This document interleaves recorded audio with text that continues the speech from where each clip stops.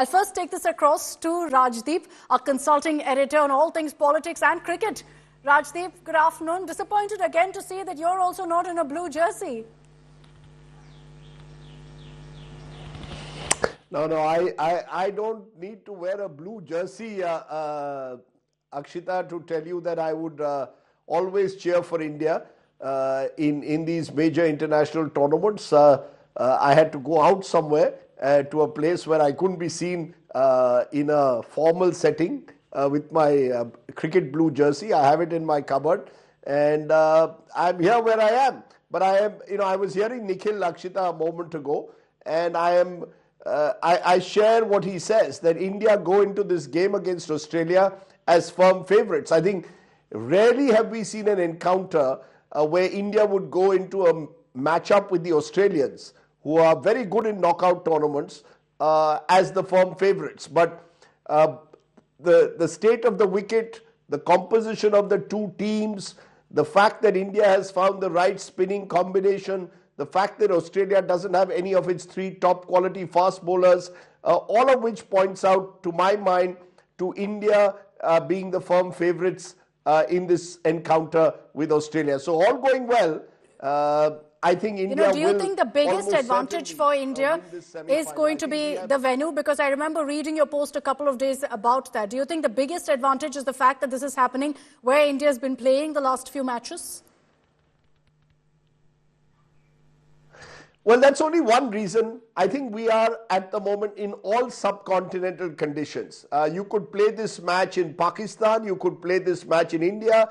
I think in any subcontinental condition, India is a superior team in white ball cricket to Australia. I saw the Australians play the Indians 2 months ago in Melbourne, test match, and the Australians won that game. But the moment you come to the subcontinent, I think this Australian team struggles against quality spin. And I think India has discovered the right combination with four spinners, especially Varun Chakravarti, who adds that bit of mystery, that deception, which always is useful in these tournaments. And Kuldeep Yadav is bowling absolutely brilliantly. And then you add Akshar and Ravi Jadeja. I think India has the kind of spin quartet that I don't think these Australian batsmen can really combat. So to my mind, unless a Travis Head or a Steve Smith plays an incredible innings, I cannot see India, anyone win this game but India. I know that's a big call to take in a knockout game, but to my mind, this is as I put it at 80-20 to India to win this game. Okay, 80-20 to India. I'll say the same thing that I said to Nikhil, Rajdeep, which is that perhaps for the final you can join us then in a blue jersey. I'll just request you to stay on with us, Rajdeep. I also want to bring in cricketing legend Kapil Dev on this broadcast. Thank you so much, Mr. Kapil Dev, for joining us. What do you make of the big semi-final? So much excitement. Rajdeep, Nikhil, Sunil Gavaskar, they're all giving the edge to India. It's always big semi-final or big final or big match playing against Australia. I think Australia you cannot take lightly, and they know how to win the matches. They're always a champion, always a tough team. I think our team will start coming back after 2 series loss against New Zealand and Australia. I think now what we see, they're playing well, playing like a unit. Just have to perform like team. This is a question I had asked Mr. Gavaskar and Nikhil earlier about whether you think, Mr. Kapil Dev, this is a grudge match of sorts for India after what happened in 2023, the heartbreak then.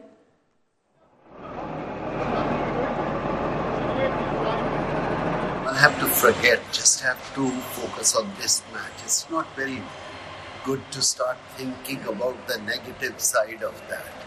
Yes, as a media we can talk about revenge, but as a player you have to forget that. Just have to take this match as good as any other match, play like a team and try to play for the win.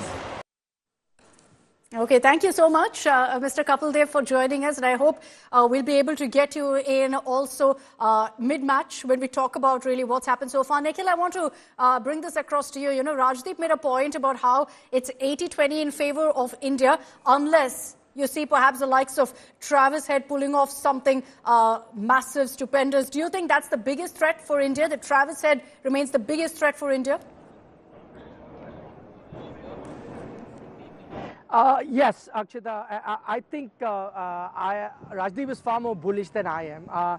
Whenever it's Australia, I'm never going to look at it 80-20. I mentioned right at the start that yes, India's start is the clear favourites, but against an Australian team in a knockout, at best I'd say 60-40 for me in India's favour, and I'll tell you why.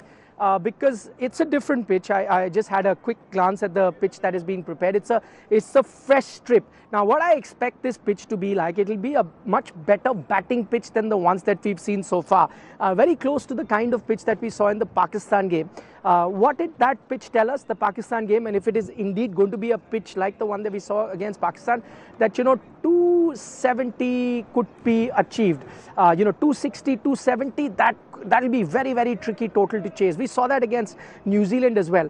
When I say better batting pitch, I'm being relatively, talking about the pitches that we saw here. So I'm just being relative in that sense. Better batting pitches in today's context means 300, 350. That's not something that you're going to get here. But when I meant better, slightly better than the one that we saw in the Bangladesh as well as the New Zealand game.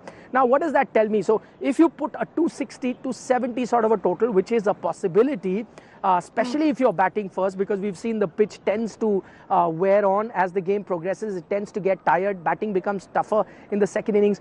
If Australia were to put 260, 270, then it's not about Australian bowlers versus India batting. Now, why is it that we're saying Australia are behind? Because Australia's bowling is rather weak. They're a depleted bowling attack. But once you put 260 on the board, then you're not playing the bowling lineup. You can have any bowling lineup. Then you're only playing against scoreboard pressure. And that could be that scenario for India. That could be tricky. And why do I say that Australia can get those many runs? Because for any team to be successful in a tricky pitch, you need multiple match winners. Now, most other teams will have one or two players that can really take you across the line. But Australia, look at their batting. They have multiple players. You spoke about Travis Head. Agreed. He's been very good against India. He could be their trump card.